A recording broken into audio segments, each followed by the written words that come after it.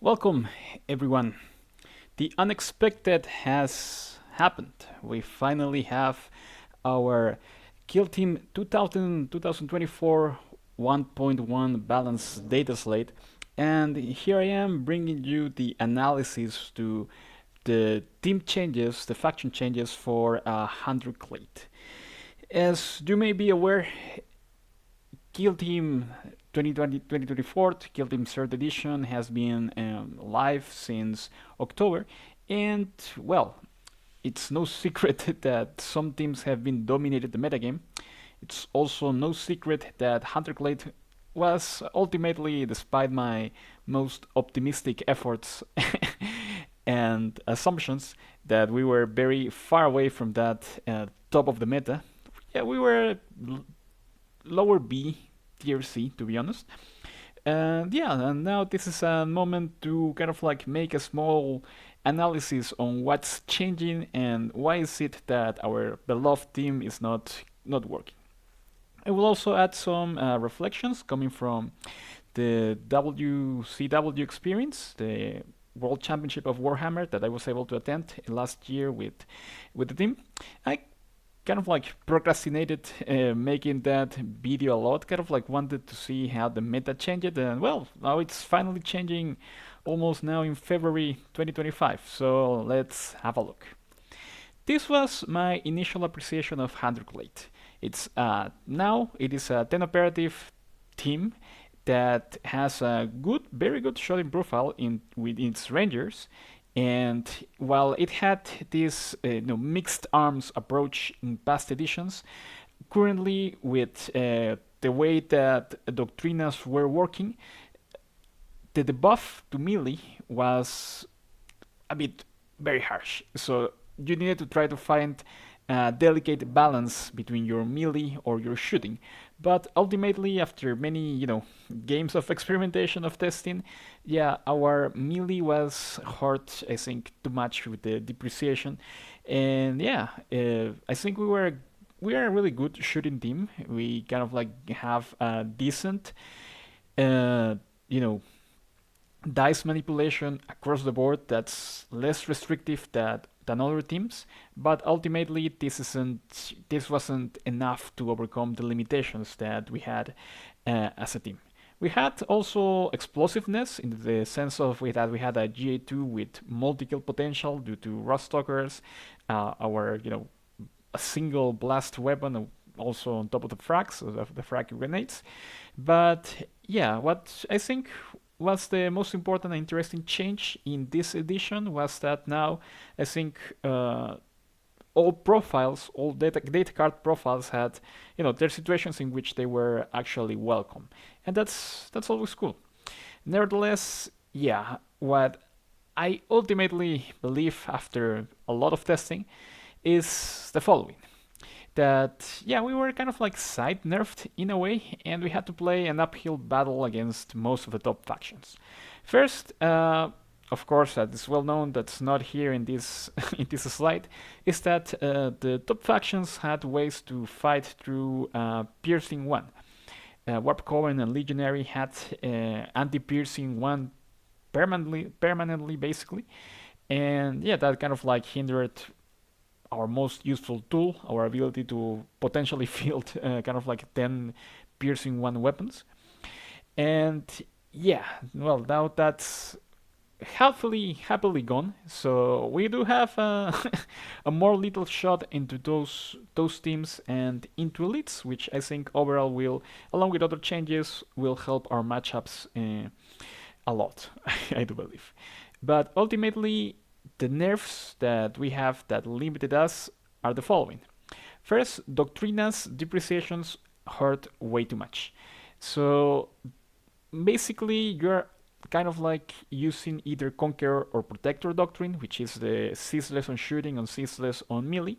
And the downside to that is that your to hit is nerfed with a -1. So you're now hitting on 4s and now hitting on 5s. That sadly is a lot, especially considering that our Rust Stalkers with the Blades profile do not have any built-in rerolls, right? So yeah, I think that this hitting on force is a lot, sadly, more so when legionaries had this slant exploit to also, make you hit on fives if you were on um, if you were on protector because they stacked against each other. And yeah, well, the idea of shooting a grenade with a Rostocker was awesome, but less so if you're doing it at 5 plus. So yeah, not not really kind of like what we expected, right? On the second point, now we have limitations to control edict. First is that one of the guys activating the control edict must be the leader instead of any operative within 3. So the leader must always partake in that. And you cannot do it with 2 Sicarians. So you can no longer, charge and potentially kill 4 operatives with Rostock or double fights.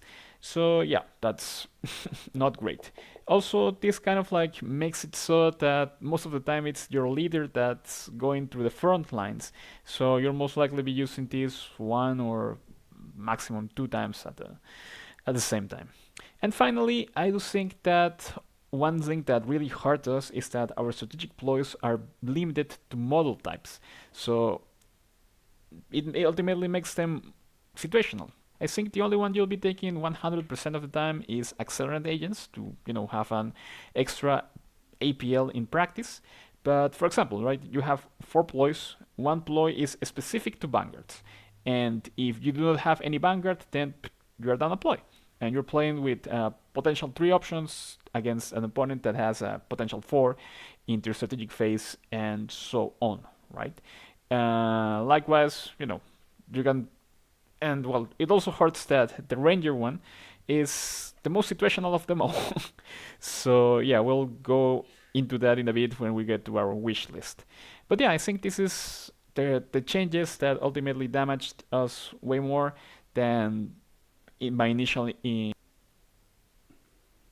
And aside from that, aside from our rules being, I think, worse, there were also some changes to the core rules and gameplay that also had an impact on our win rate. First is that this dreaded razor wire can actually block Sicarian's 40mm bases. And that's huge.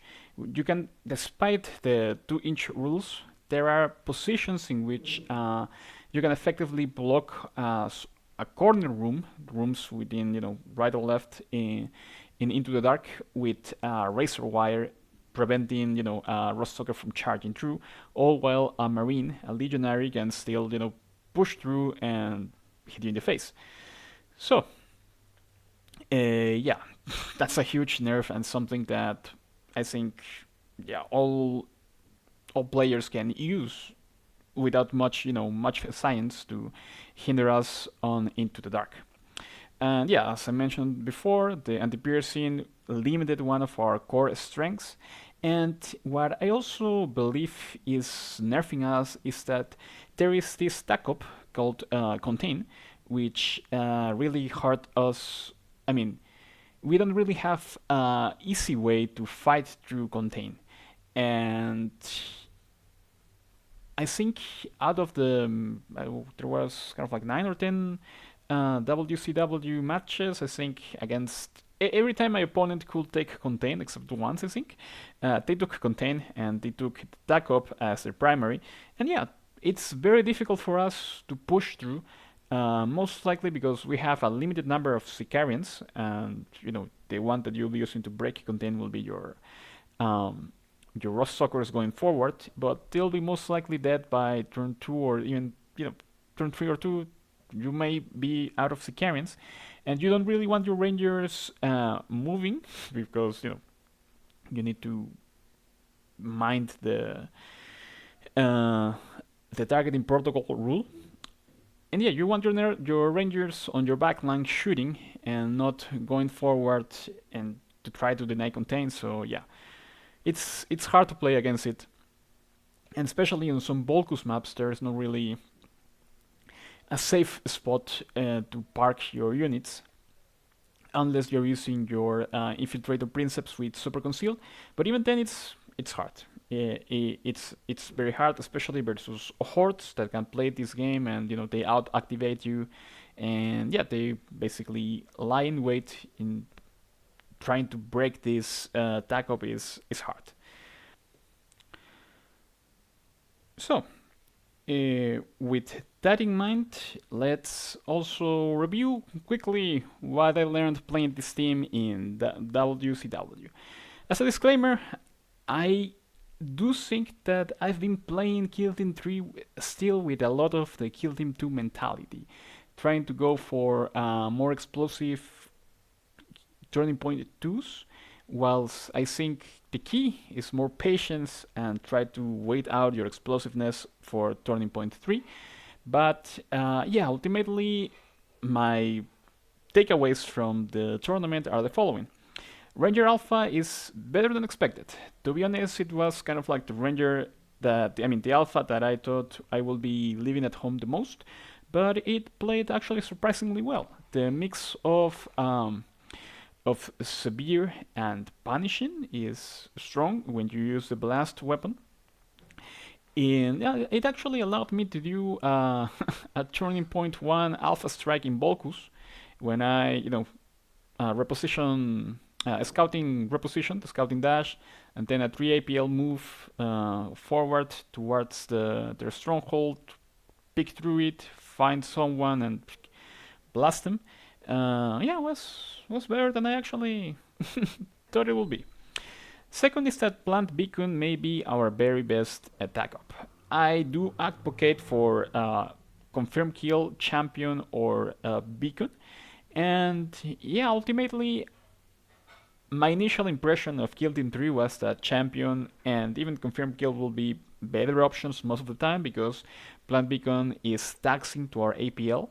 But ultimately, the way things are going is that people are still playing a very cagey turning point 2. And in that scenario, if you don't have initiative on turning point 2, then getting champion is actually more difficult. And yeah, it's of course more frustrating when you whiff on your champion role, but yeah, that really cannot be avoided. Ultimately, the one that I ended up maxing the most was Plan Beacon, and yeah, Rostalker's 3 effective 3 APL does help a lot for that, in the sense that you know, charge Free Fight and Plan Beacon on their territory. Yeah, that's I think it's very good. I have no objections in relation to that. And in third place is Extremis Mindlink, the equipment that allows us to do a free control edict. I think it's more situational than I anticipated. Again, I plenty of times I was losing my leader before I could even make a control edict. In the times it does worked was to make some very good sequencing in Into the Dark. In Into the Dark, you can use Extremis Mind Link, for example, to imagine your leader with 3 APL. You move forward 7, you open up the door, you Extremis Mind Link with the Surveyor, for example. Surveyor moves and spots through the open door, and now your leader uses the remaining 3 APL to shoot. And yeah, that's that's actually a good move. But yeah, ultimately this equipment is, I think, more situational and can be left at home. My initial impression is that this will be the one that I will be taking mostly all of the time, but sadly, yeah, I think it can be left at home. And well, I do think that flechette blasters, the silent weapons, maybe. I think they're the best options for infiltrator. Having this, especially the leader, having a silent super conceal operative is good, but it allows us for flexibility and more safety when playing out the mission, especially when you also have a power weapon and the potential to fire a crack if needed be, right? So yeah, I think this is my key lessons. Ultimately, is that yeah, we need to be mindful in our positioning versus contain. Do not play with our rangers so much on the back that they cannot, move forward to try and do something against contain on the final turns. But yeah, that's, I think, the main lessons learned in this event. So with that, let's move to the changes and see what the changes are in this version 1.1. I have them here opened up, so let's read together. First, it's a change to our faction rule. It says, at the end of the select operatives step, select one doctrine imperative to be a primary mode for your kill team until the end of the battle. Note that selecting a primary mode doesn't automatically give you the effects of that doctrine.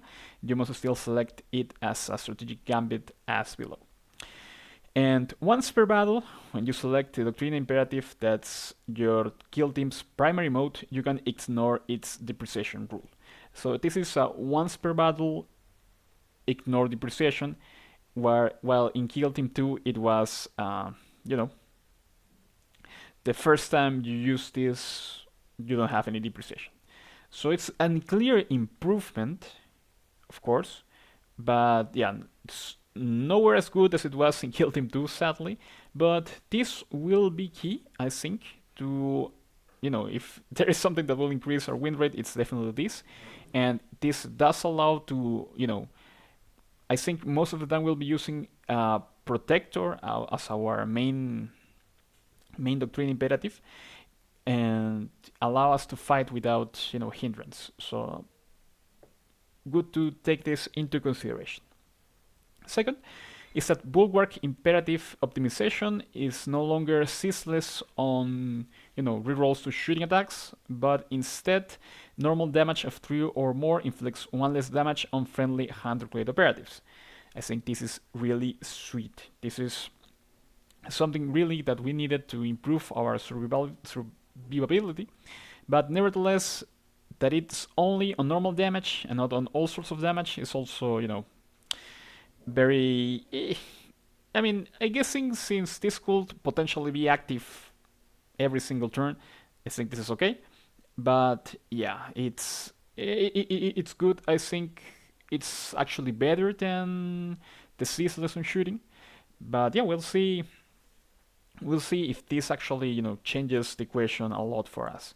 But potentially having your Rostocker be your 10 or 11 wound operative have damage reduction without much of limitation is really good, especially for melee. And finally, the changes to Omniscience imperative. Use this firefight ploy during a friendly Hunter Clade operative's activation. Alternatively, use it when an enemy operative is shooting a friendly Hunter Clade operative at the end of the roll attack dice step.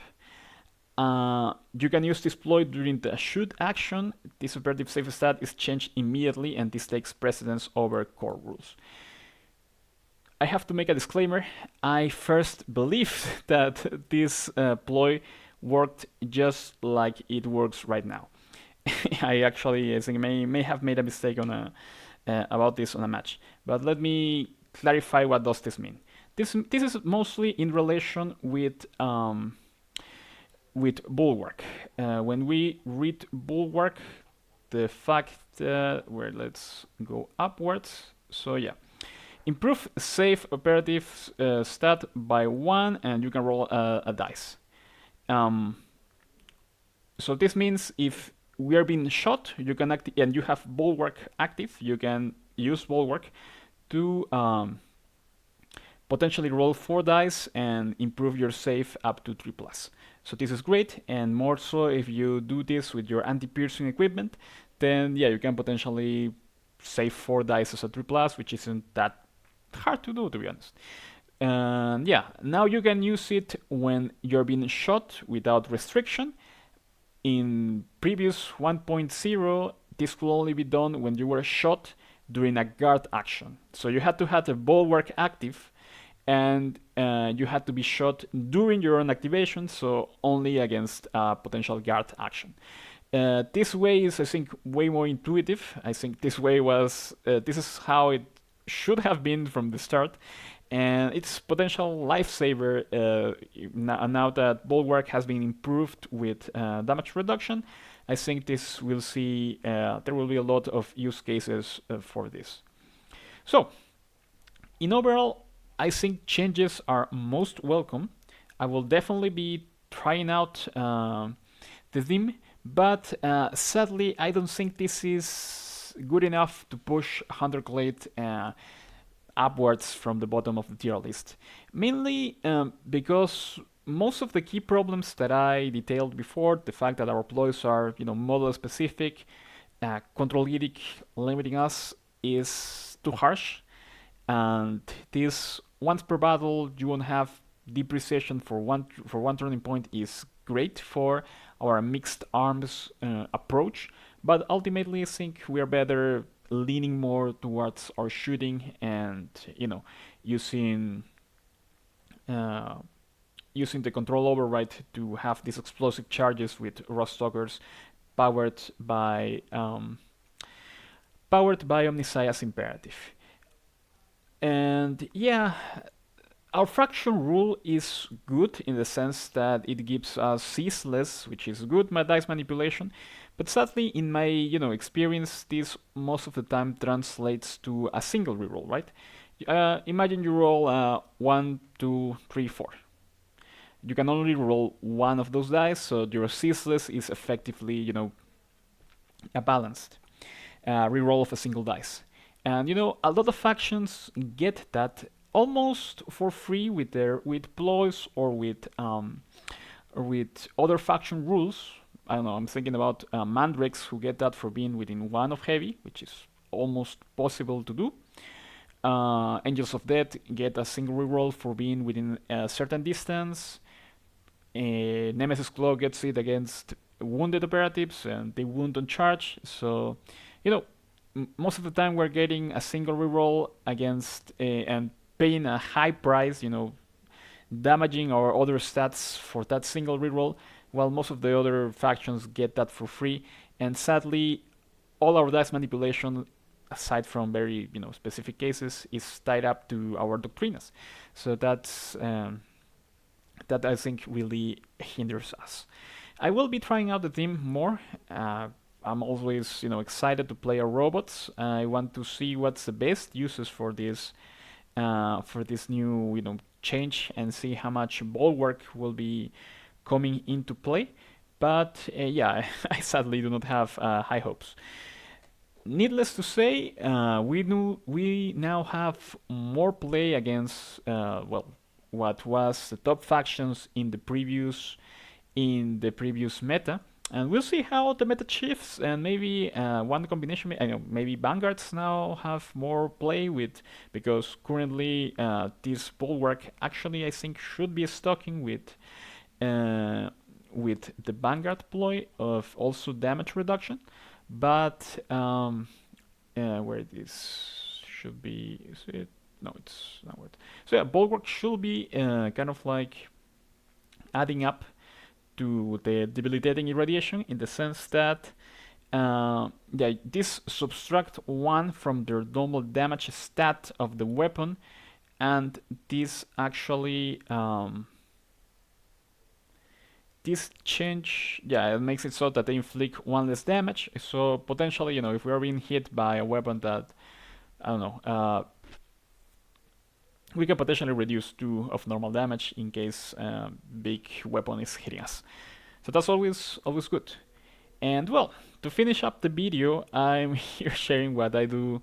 This is my small wish list for 1.2 for the next balance patch, because I do believe that these changes are not quite enough to make us a threat in the current metagame. So first, I will ask for a strategic ploy rework.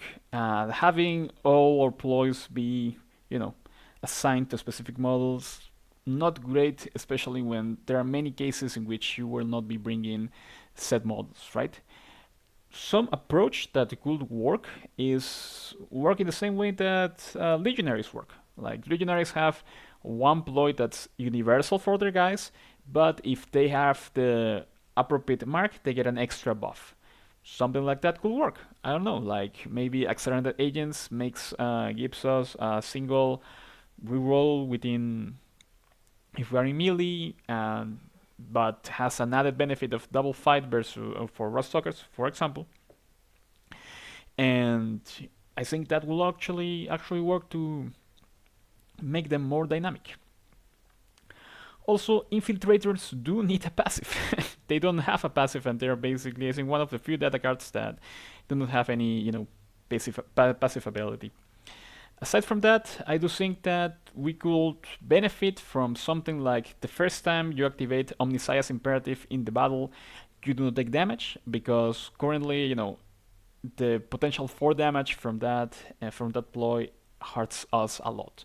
Like we have a Rostalker with 10 HP, we want to fight twice, but we can potentially take 4 damage and be within hit range of a power weapon. So yeah, not great.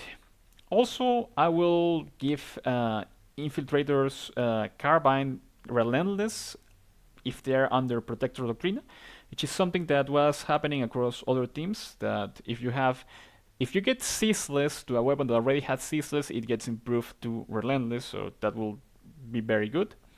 And yeah, there is no reason I think to not have operative limit with control edict, right? To be able to move 2 Sicarians at the same time, I think will be awesome. And I don't see this as being too broken or too overpowered, especially with how doctrines are set up. So yeah, I think having a limit to control edict will be good.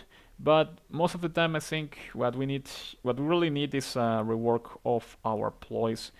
And yeah, I think they have like a lot of limitations currently. First with the model and the fact that only if irradiation actually affected other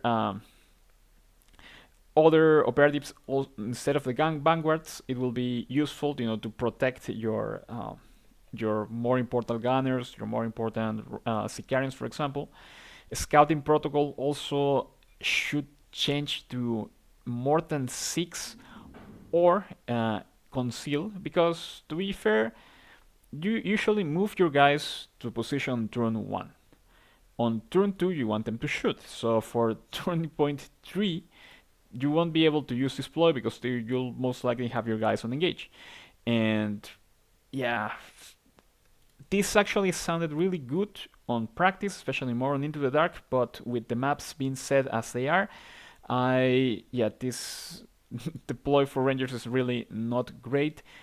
Switching something back to getting rerolls if we are within in certain parts of the map within objective markers or within 6 of our opponent will be much better in order to have reroll on top of Doctrine, as we were in Kill Team 2, right? In Kill Team 2 we had Martial Protocol for rerolls within objectives or within 6 of your enemy deployment, and you also had your extra reroll through Doctrina, so I missed that. I do really miss that, and I don't think that giving us dice manipulation will, make this team suddenly flip up, considering that we are down to earth, honest to god team, right? We are not again teleporting around the map, doing fancy stuff, and yeah, I sincerely hope things improve for Hunter Clade. It's a team I really like, I really love playing. And yeah, this is my analysis. Feel free to drop any comments, feel free to share if you agree or disagree with the opinions, and be seeing you around. Good luck.